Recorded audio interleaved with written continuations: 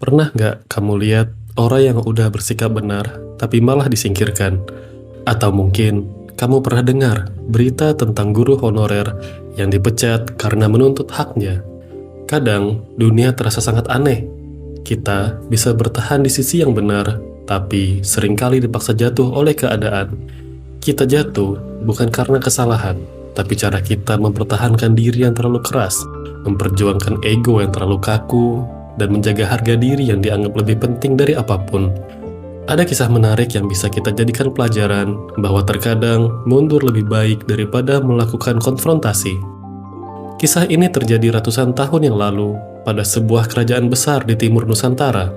Sebuah kerajaan yang dulunya megah, kaya, dan ditakuti. Kerajaan Goa. Kerajaan Goa ini memiliki kota besar yang semua orang mau datang. Pelabuhannya, Pelabuhan Makassar, dibuka secara luas. Pedagang dari bangsa Arab, India, Tiongkok, hingga Portugis semuanya datang silih berganti dengan membawa komoditasnya masing-masing. Bayangkan, Pelabuhan Makassar dulu seperti negara Singapura saat ini, ramai, kaya, dan bebas. Kerajaan Goa sedang berada dalam masa kejayaan. Namun, manusia seringkali lupa bahwa masa kejayaan juga membawa serta sesuatu yang tidak kasat mata, yaitu sebuah keyakinan bahwa kekuatan akan terus abadi. Yang dalam kisah ini, kerajaan Goa merasa pelabuhan mereka terlalu penting bagi jalur perdagangan sehingga tidak mungkin diganggu. Mereka merasa benteng Makassar tak mungkin diruntuhkan. Muncul rasa percaya diri yang begitu besar. Kerajaan Goa benar-benar merasa kuat dan berjaya. Hingga tiba masanya muncul kekuatan besar dari Eropa yang berambisi untuk menguasai Nusantara.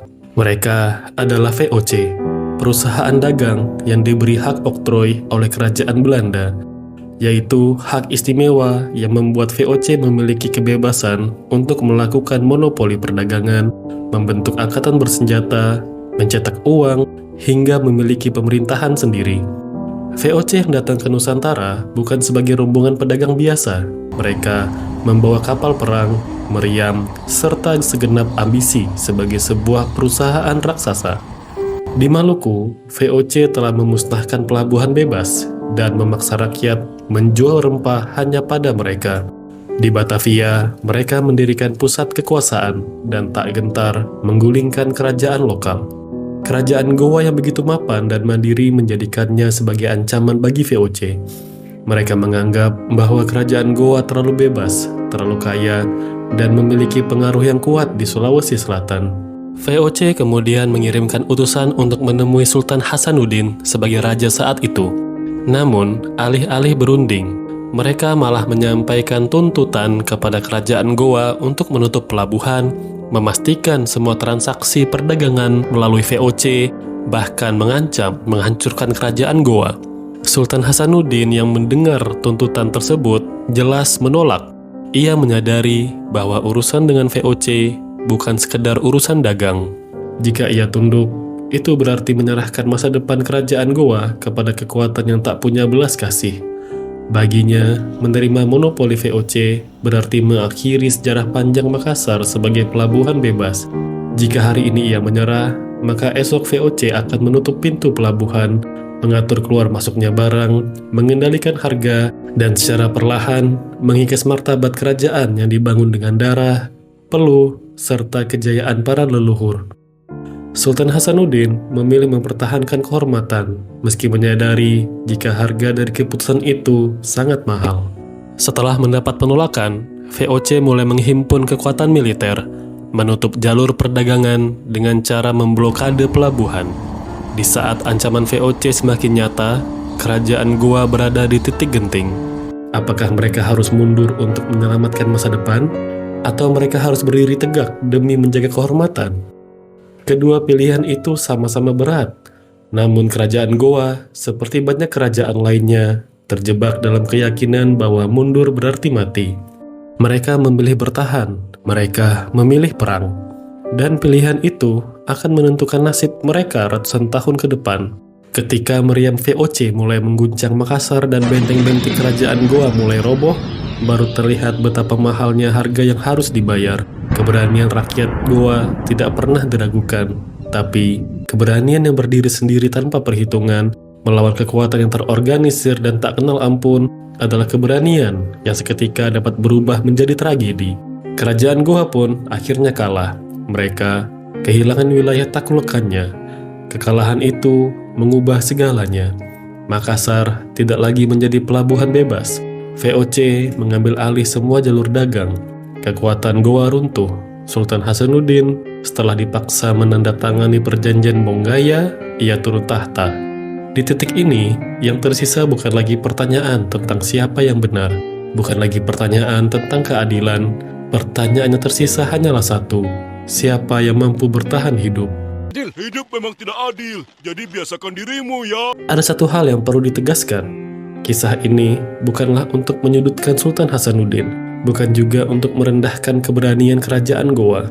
Pada nyatanya, mereka adalah bangsa yang gagah, setia, dan menjunjung tinggi nilai kehormatan.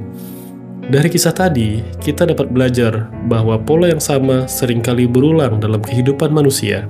Bagaimana ego yang terlihat mulia justru membawa kehancuran. Bukan karena niat yang salah, tapi karena cara yang kurang tepat.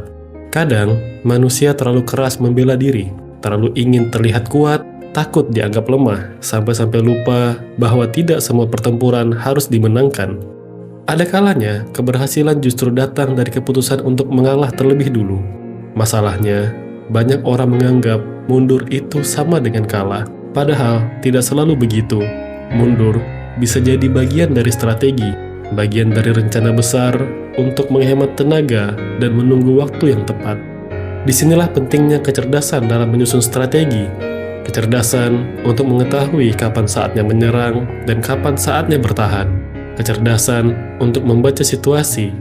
Karena jika menyerang secara membabi buta, tanpa menghitung dan menganalisa, tanpa memahami medan, yang akan terjadi hanya satu, yaitu kehancuran. Banyak tragedi yang terjadi bukan karena lemah, tapi hanya karena tak tahu kapan harus berhenti, tak tahu kapan harus menurunkan tensi, dan tidak mau mengalah terlebih dulu. Dunia ini tidak selalu keras pada orang yang lemah, tapi kadang dunia paling keras pada orang yang terlalu keras pada dirinya sendiri. Kita dapat mengambil pelajaran dari kisah kerajaan Goa dan VOC, pelajaran sederhana tetapi sangat dalam, bahwa berani itu penting, tapi tahu kapan harus menahan diri jauh lebih penting. Ego tetaplah ada, tapi jangan sampai ego itu yang mengendalikan keputusan.